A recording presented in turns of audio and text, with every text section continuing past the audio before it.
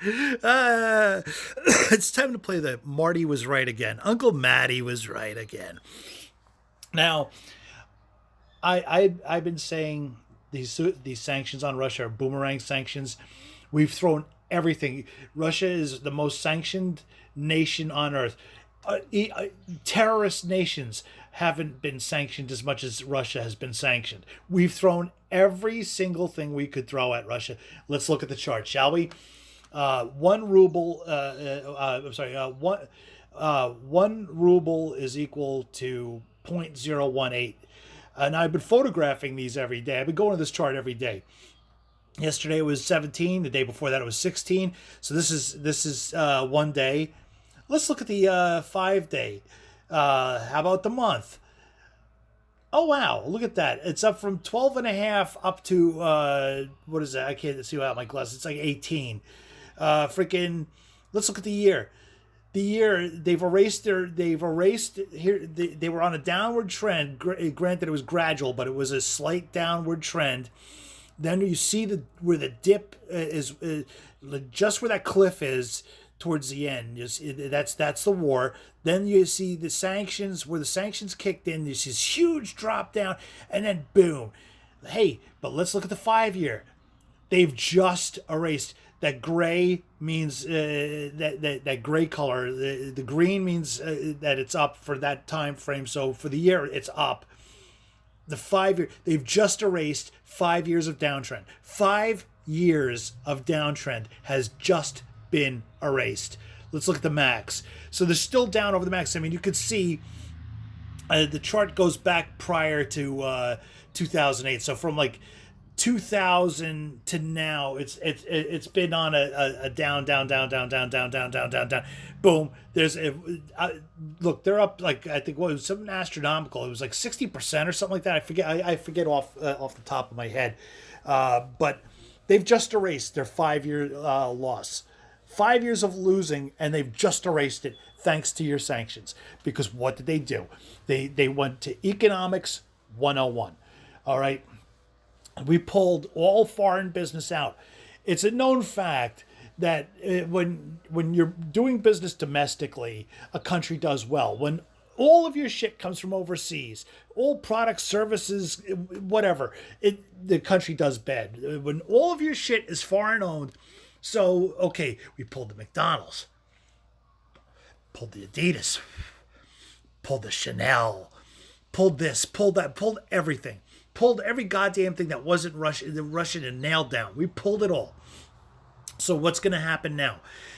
Now Russians have to create businesses to compensate for the loss of the foreign ones that have just left. Okay? And now that money's not going overseas anymore. It's staying home. That money is staying home. They're no longer paying foreign businesses for goods and services. So now new businesses are starting up in Russia. They're paying Russian citizens for Russian products, Russian goods, Russian services. They are kicking ass. Kicking ass. The other thing that they did, they went on the gold standard. So remember, buy domestic. Remember that during the 80s. You always heard that, oh, buy domestic, buy USA, buy USA. Well, guess what? That's what Russia's doing. They've been forced into a position where they have to buy Russia. Okay, they're no longer buying American crap. They're no longer buying, German and Europe. The other thing that they've got going on is Europe is screwed. They have to get their. I'm getting ahead of myself. The other thing that they did was they went to the gold standard. Our money hasn't been based on gold in decades. I doubt that we even have any gold left in Fort Knox. Our money is paper. It's worthless. Russian money, on the other hand, is based on gold. So they returned to the gold standard. That was two. So, okay, now, granted, it wasn't by their own choosing, but they're now completely isolationist, which I've argued for years is great for an economy.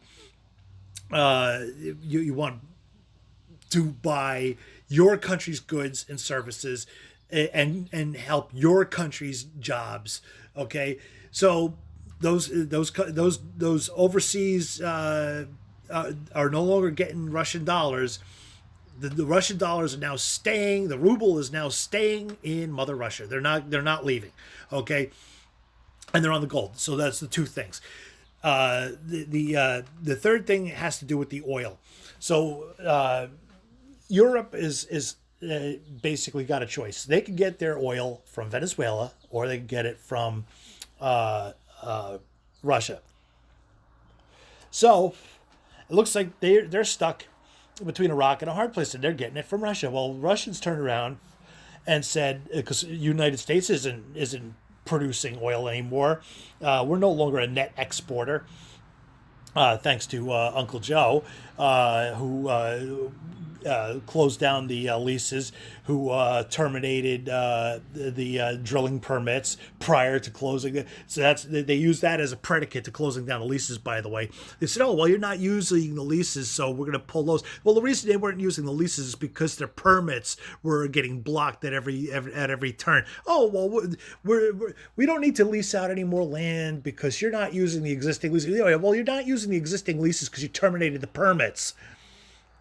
So right now, there is no competition from the United States. If we were flooding the market with cheap oil, Russia would be toast. They would just be done. They'd sink. They'd sink in a heartbeat. The worst thing we could do to Russia is start cranking out oil. But no, Uncle Joe has seen to that. So there they go. Well, okay, well, we blocked the payment system. How is the foreign countries going to pay? Well, Russia's making them buy the ruble.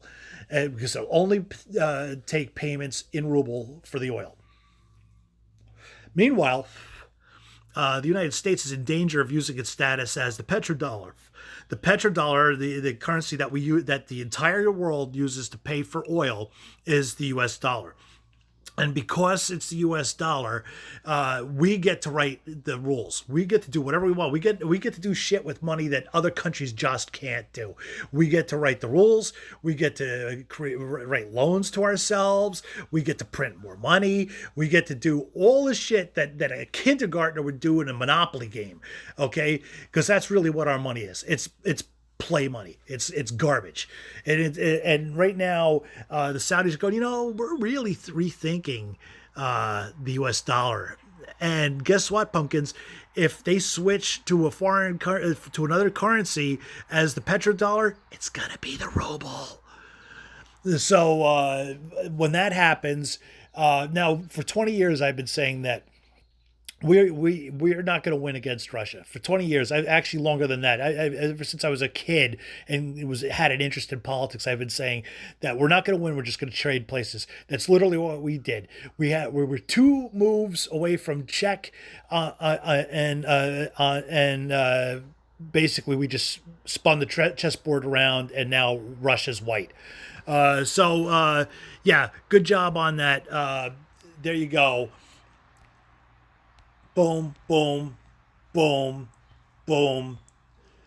This is data going back to 2000, and they might even erase all those decades of downtrend. They've already erased 5 years of downtrend. So good job, good job. So now the Russians are forced to produce and consume domestically.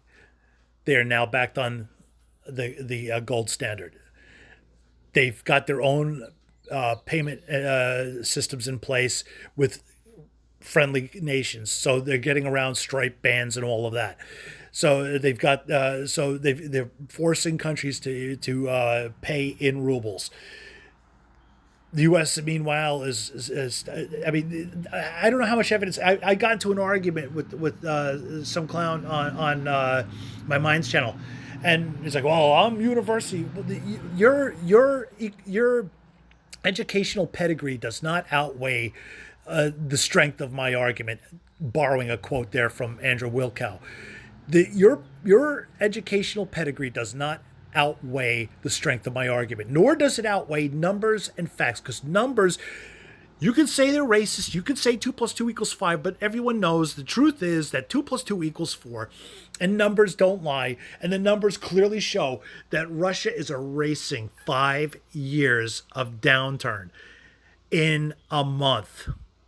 In 1 month, they've erased 5 years of a downtrending ruble. So I'd love to hear arguments countering this, but the charts don't lie. That's all I got for you, pumpkins. I'll catch you later. Bye-bye.